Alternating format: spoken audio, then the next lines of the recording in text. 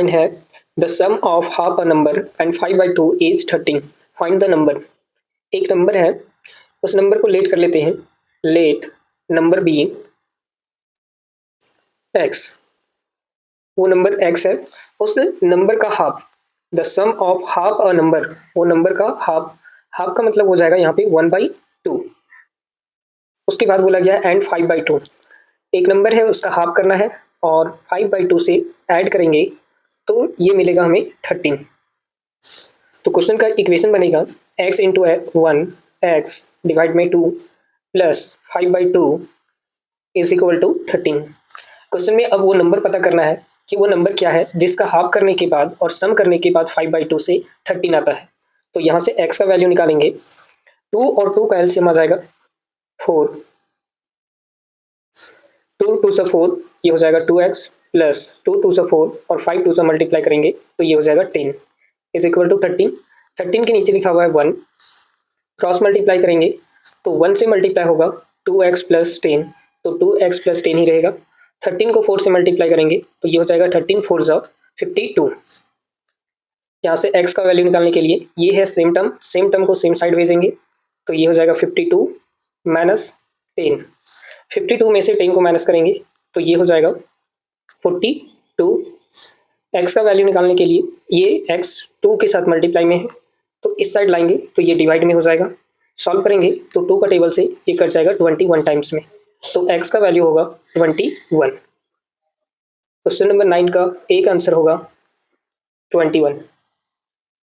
Question number 10 है in a class of 35 student the number of girls is 2/5 of the boys, find the number of girls in the class. Question में कह रहा है total student एक class में 35 हैं, तो लिखेंगे टोटल स्टूडेंट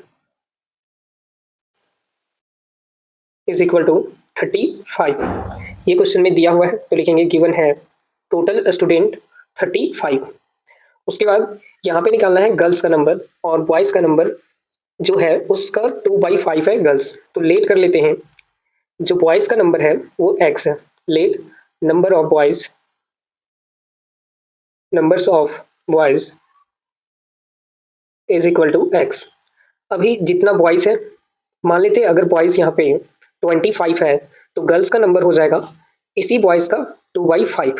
तो 2/5 का मतलब होता है उसमें 2/5 का मल्टीपल करना है। 5 का टेबल से ये 5 5 से कट जाएगा, 5 2 से हो जाएगा 10।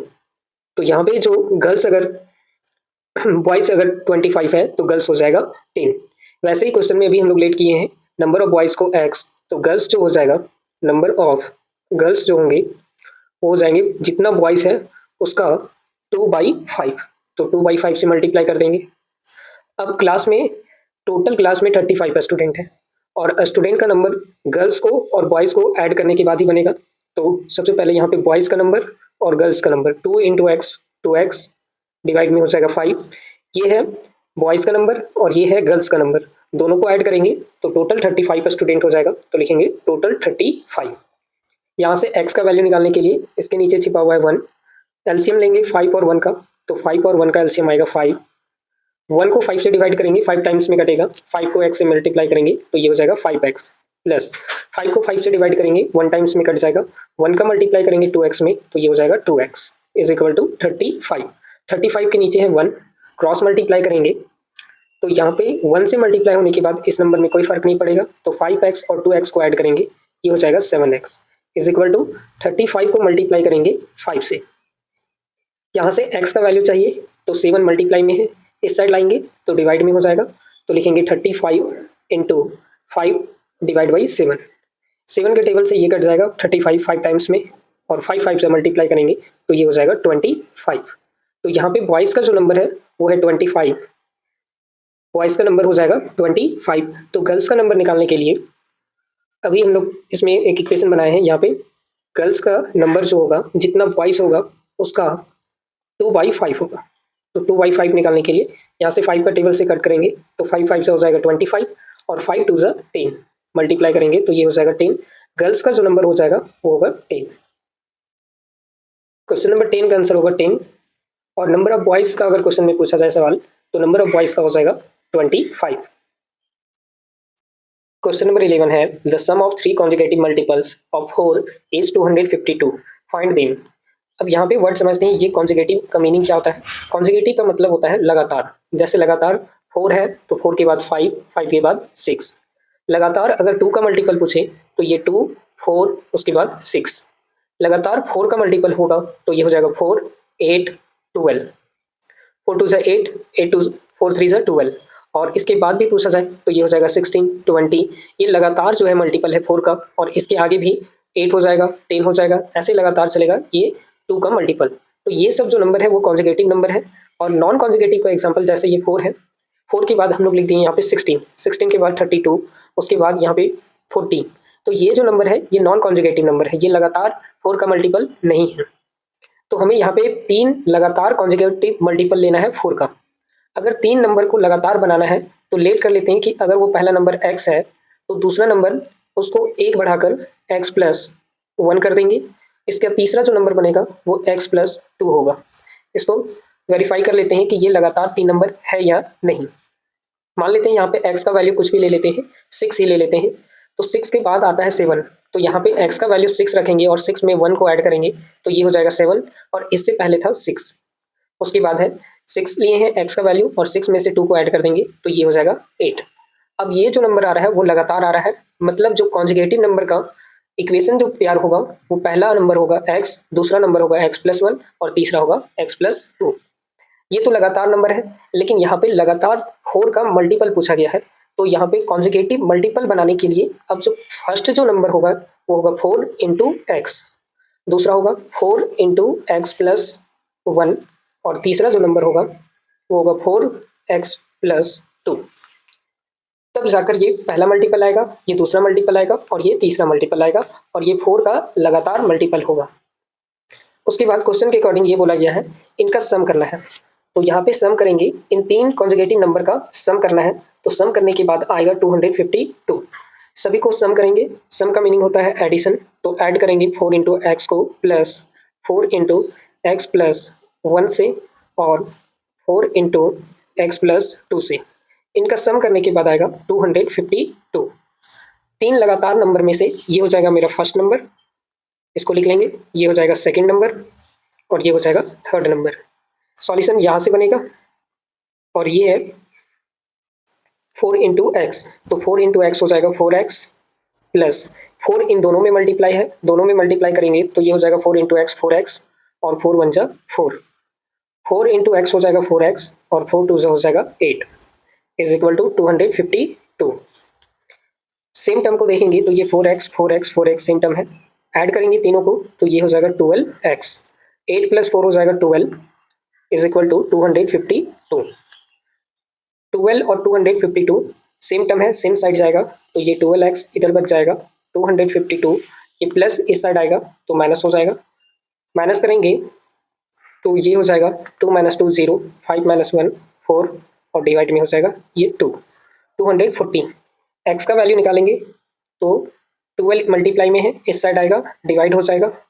सॉल्व करेंगे तो 12 2 सा होता है 24, एक जीरो लगा हुआ है, जीरो लगा देंगे तो 20 टाइम्स में ये कट जाएगा, x का वैल्यू हो जाएगा 20। तो क्वेश्चन में 20 आंसर नहीं होगा ये, इसमें 3 लगातार नंबर को पूछा गया है। तो लगातार नंबर में पहला जो नंबर हम लोग लेट किए थे वो 4 इंटू एक्स किए थे, उसके बाद दूसरा जो नंबर है 4 इंटू एक्स प्लस 1 था, और तीसरा जो 4 का मल्टीपल है 4 इंटू एक्स प्लस 2 है। तो फर्स्ट नंबर निकालने के लिए यहाँ पे x का वैल्यू रखेंगे 20, 20 से मल्टीप्लाई करेंगे 4 को, उसके बाद यहाँ पे भी 4 ब्रैकेट के अंदर यहाँ पे 20 रखेंगे प्लस 1, उसके बाद यहाँ पे भी x का वैल्यू रखेंगे 20 प्लस 2। ब्रैकेट को सॉल्व करेंगे, पहले 24 से हो जाएगा 80 और 20 प्लस 1 हो जाएगा 21, कॉमा 4 20 प्लस 2 हो जाएगा 22। तो पहला जो 4 मल्टीपल होगा वो होगा 4 का मल्टीपल 80 और दूसरा हो जाएगा 84 और तीसरा हो जाएगा 4 2 8 4 2 8 88। 4 का मल्टीपल 80 होता है, उसके बाद 84 होता है और 88 होता है। अगर इन तीनों को ऐड करेंगे 80 प्लस 84 प्लस 88 तो इन तीनों का सम होगा 252। क्वेश्चन में यही पूछ रहा था कि वो 3 नंबर लगातार जो 4 का मल्टीपल होगा और 4 का मल्टीपल होने के बाद ऐड करने के बाद ये आ जाएगा 252। तो पहला नंबर पूछा है तो पहला नंबर 80 हो जाएगा, दूसरा नंबर 84 हो जाएगा और तीसरा नंबर 88 हो जाएगा। इन तीनों को सम करने के बाद 252 हो जाएगा। तो क्वेश्चन नंबर 11 का आंसर 80, 84 और 88 होगा। 15 subtract from 4 times a number. यहाँ पे फ्रॉम लिखा हुआ है और सब्ट्रैक्ट करना है। तो सबसे पहले जो आगे जो नंबर लिखा हुआ है 4 टाइम्स अ नंबर, ये कोई नंबर है, उस नंबर को लेट कर लेते हैं। Let number be X, let कर लेते हैं, वो नंबर एक्स है और उस एक्स का 4 टाइम्स, तो 4 टाइम्स 4 इंटू एक्स करेंगे और उसमें से सब्ट्रैक्ट करना है 15 को, तो 15 सब्ट्रैक्ट करेंगे। इज इक्वल टू, इक्वल का साइन देंगे, 20 added to 3 times the number, जो नंबर है उस नंबर का 3 टाइम्स करना है और उसमें से 20 को ऐड कर देना है, तो 20 ऐड कर देंगे। उसके बाद ये हमारा इक्वेशन बनकर तैयार हो जाएगा।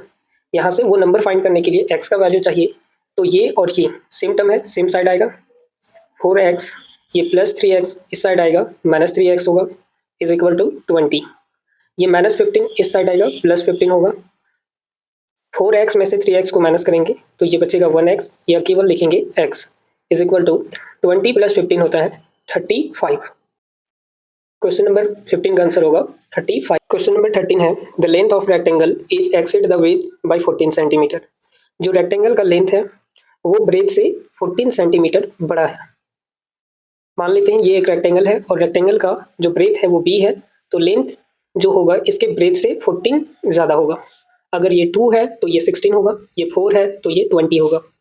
The perimeter of rectangle is 160 centimetre. Question में गिवन है पेरीमीटर, पेरीमीटर को p से रिप्रेजेंट करते हैं, ये दिया हुआ है 160 सेंटीमीटर।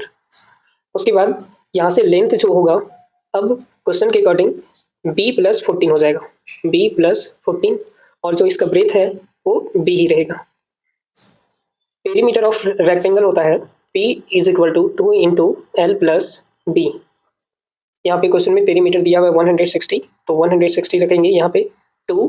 लंबाई को यहाँ पे निकाले हैं b प्लस 14, तो p का जो यहाँ पे l का जो वैल्यू होगा b प्लस 14 होगा, प्लस b 160, ये 2 इन सभी में मल्टीप्लाई है, मल्टीप्लाई करेंगे तो 2 और b मल्टीप्लाई होकर 2b प्लस 14 टू ज़ा 28, और b मल्टीप्लाई होकर 2b। इसके बाद 160 इज इक्वल टू 2b और 2b सेम टर्म है, ऐड करेंगे तो ये हो जाएगा 4b प्लस 28।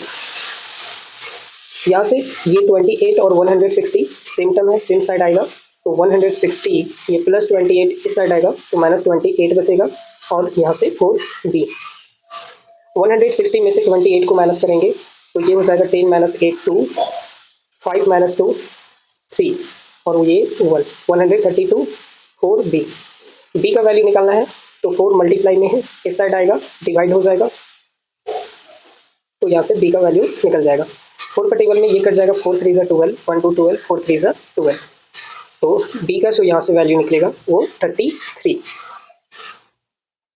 क्वेश्चन में पूछ रहा था लेंथ और ब्रेथ दोनों, तो लंबाई को लेट किए हम लोग b प्लस 14, तो लेंथ यहाँ पे b का वैल्यू रखेंगे 33 प्लस 14, दोनों को ऐड करेंगे तो लेंथ निकल जाएगा। l is equal to 4 plus 3 7, 3 plus 1 4, 47। तो क्वेश्चन का ये जो लेंथ का आंसर होगा 47 होगा, और ब्रेथ या फिर इसको बोल सकते हैं विड्थ, चौड़ाई जो होगा इसका वो होगा 33। क्वेश्चन नंबर 13 का एक आंसर होगा लेंथ 47 और ब्रेथ होगा 33। क्वेश्चन नंबर 14 है, the length of a rectangular field is twice its breath. जो लेंथ है एक रेक्टेंगुलर फील्ड का वो उसके ब्रेथ से 2 गुना है, तो अगर ब्रेथ इसका b है तो इसका 2 गुना 2b हो जाएगा।